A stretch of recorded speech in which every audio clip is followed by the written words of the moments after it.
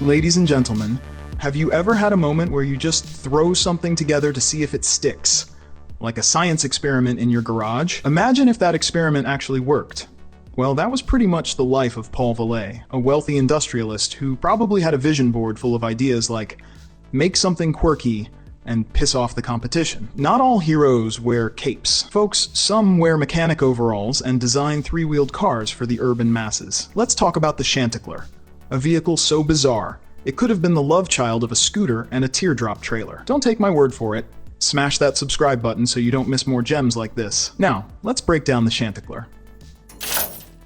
This three-wheeled gem made its debut at the 1955 Paris Salon, and I can tell you, it was the automotive equivalent of showing up to a high school dance in a cape. You're going to stand out.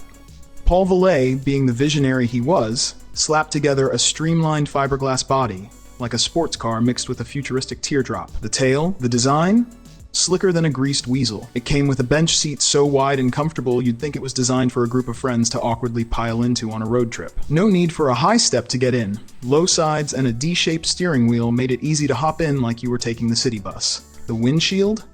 Built like a brick house, except it was actually functional with solid construction and sturdy posts. One of the most interesting features, the T-shaped fiberglass bow that was part of the convertible top. I know what you're thinking. A convertible in 1955 on a three-wheeled car, and instead of the regular folding top bows you're used to seeing, this was something straight out of the Jetsons. The bow retracted into the body. No fuss, no muss. But wait, there's more. This wasn't just some retro flashy design for rich people to park outside their posh apartments. Oh no, it had purpose. You see, Vallée wanted the Chantecler to be an urban runabout. It was supposed to be a quick, stylish way to navigate the narrow streets of Paris. To protect it from the scrapes and bruises of city life, it had flat spring steel bumpers front and rear. You know, for those oops, I hit a pigeon moments. Under the hood, the Chantecler wasn't packing a V8 or anything. No, this baby had a Yadral one-cylinder, two-stroke engine. It's got 125cc displacement, which means it's barely more than a lawnmower engine. But you know what? It made 5 horsepower, which was enough to get you around town and probably leave a few scooters in your dust. The engine had options.